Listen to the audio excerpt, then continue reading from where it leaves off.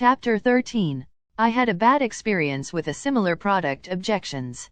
Quote, bitter experience has taught us how fundamental our values are and how great the mission they represent. By Jan Peter Balkenende. Dear faithful reader, it's great that you have read this last few chapters. It shows that you have a vicious hunger for selling knowledge. A pat on your back is in order. Yes, what you are going to read will progressively make you a 5-star sales professionals. Believable? You bet it will. To spearhead this chapter, trust me, prospects' objections on their previous bad purchase is indeed a big opportunity. Don't believe? Just carry on reading, and you will agree with me 110%. Although this kind of sales objection doesn't come up often yet, when a prospect has had a bad experience with your competitor, they're happy to talk to you. However, in some cases, maybe in a why sales where they purchase wasn't planned, as opposed to why me, a bad experience with a competitor can turn off a prospect completely. Not in too many words, let's exploit on the word empathy. In applying empathy, do let your prospect know that you understand, and don't be quick to move forward with the rest of your pitch. Spending time to make your prospect feel heard and important is a huge boost for your relationship and establishing the trust needed to move forward. Ask about what went wrong, and pay attention to what they tell you. Once you've empathized with your prospect, let them know how their experience with you and your offering will be different from their previous experience. Be specific, and use their own words when explaining the differences. This helps cement their trust further and improves your chances of closing the deal. A more damaging objection is, we were customers of yours in the past, and we had a bad experience. The great thing about this one is it's crystal clear and can be addressed head-on. Instinctively, most salespeople will respond sympathetically, asking the prospect to talk to them about what went wrong, and to share a little about their experience. This technique is a natural human response, and may seem like a good idea at first, but eventually will lead you down a rabbit hole that becomes extremely difficult to get out of and back on track to setting your appointment. Another technique is using sales rebuttals. Normally, most sales team are advised to use a rebuttal that focuses on redirecting rather than commiserating. Keep it pointed and clear, emphasizing how your product has improved since the last time your prospect used it, whether that was last month or last year. Meanwhile, do discover some of your team's best responses, and share your thoughts on what you might do when encountered with this particular objection. Objections take on many forms. Some prospects say it's too expensive. Let's now look at the "my last experience wasn't great" objection and see how we can lower resistance. One way to handle this kind of objection is to ask open-ended questions.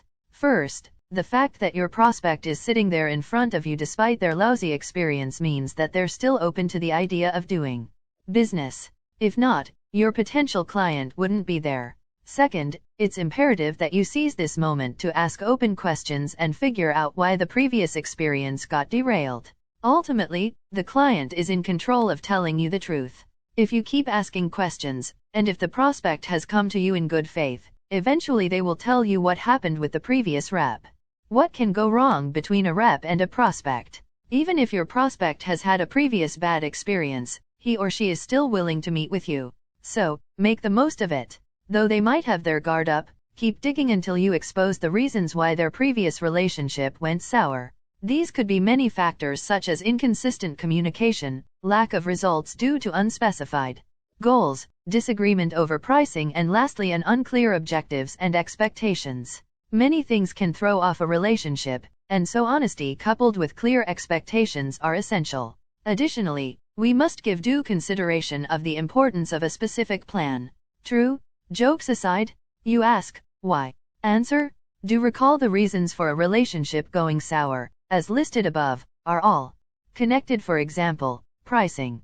You must be direct with the prospect and make sure to establish a financial plan based on specific objectives, a plan which must be regularly reviewed to be sure it remains realistic. There's a good chance that somewhere along the sales process, plans or details will change.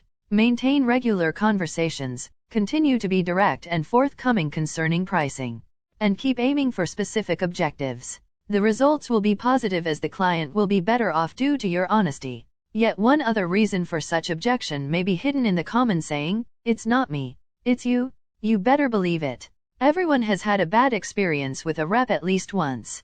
a car salesperson, consultant, insurance, etc., and so we accept at face value when a person blames a representative for a failed business deal.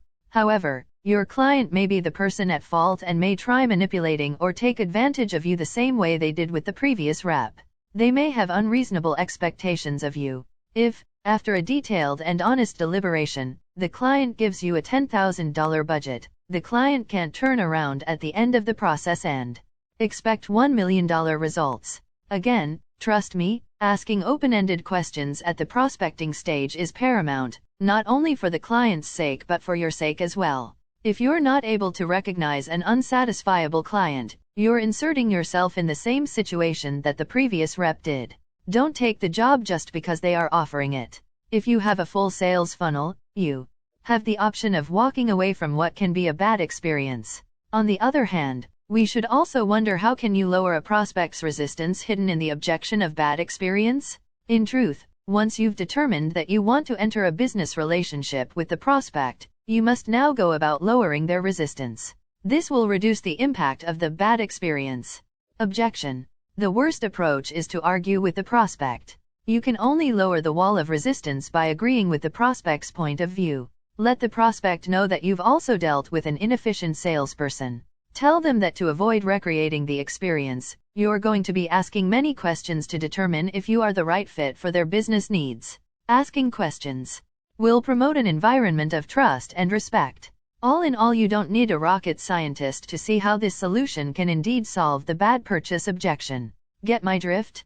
Conclusion. To conclude, some objections are harder to handle than others. When faced with a price objection, you must review your own sales process and behavior. However, when faced with a prospect claiming to have been burned by another rep, you must make sure not to repeat the other company's mistakes.